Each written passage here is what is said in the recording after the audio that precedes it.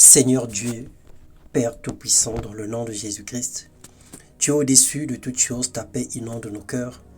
L'Éternel notre Père, tu es vivant, béni soit notre rocher.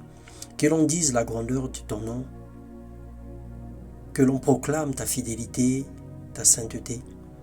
C'est pourquoi nous louerons parmi les nations ton nom éternel et nous chanterons à ta gloire dans le nom de Jésus-Christ. Bienvenue dans le podcast de ce matin. Le Seigneur est avec nous et sa grâce est encore manifeste dans nos vies. Bonjour mon frère, bonjour ma soeur. Ce matin, nous allons partager la parole de Dieu autour du thème « La grandeur d'un Dieu puissant et généreux autour d'un peuple ingrat ». Dans Deutéronome, le chapitre 8, le verset 2 au verset 4, la Bible nous rapporte cette histoire. « Souviens-toi de tout le chemin que l'Éternel, ton Dieu, t'a fait faire pendant ces 40 années dans le désert. Il voulait t'humilier et te mettre à l'épreuve pour connaître les dispositions de ton cœur et savoir si tu respecterais ou non ses commandements. Ton vêtement ne s'est pas usé sur toi et ton pied n'a pas enflé. Reconnais dans ton cœur que l'Éternel, ton Dieu, t'éduque comme un homme éduque son enfant. » Bien-aimé dans le Seigneur, l'homme a coutume d'aimer la facilité et a tendance à souffrir pour ce qui ne donne pas la vie. Nous acceptons les épreuves sportives pour la gloire éphémère, pour le succès. Nous travaillons dur pour de l'argent, pour de l'or, pour de la nourriture et pour le matériel périssable.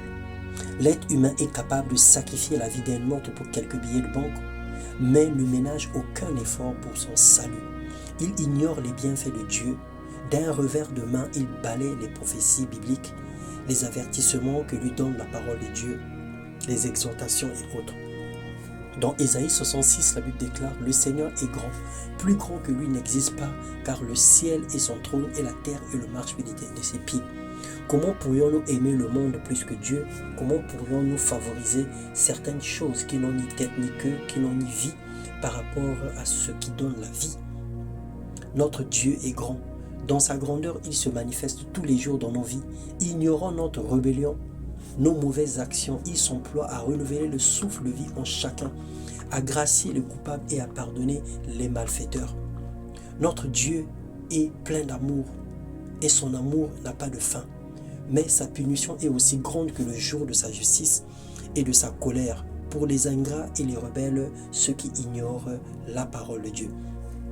Seigneur éternel, tu as commencé à montrer à ton serviteur ta grandeur et ta main puissante, disait Moïse. Mais l'Éternel était irrité contre moi. À cause de vous, il ne m'a pas écouté.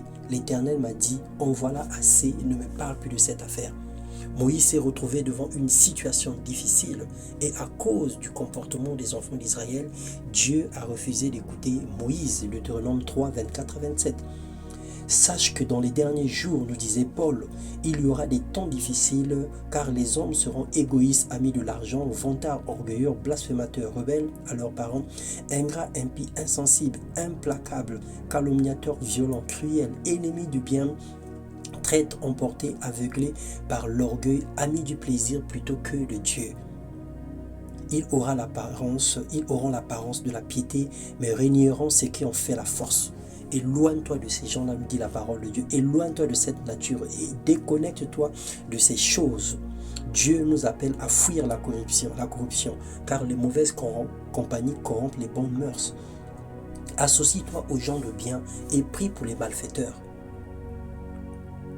Prie pour les personnes de mauvaise vie. Exhorte, sers le Seigneur. Annonce l'évangile partout sur ton chemin. Montre au monde que Dieu est grand et qu'il existe. Et que nous devons être reconnaissants pour tout ce qu'il fait dans nos vies.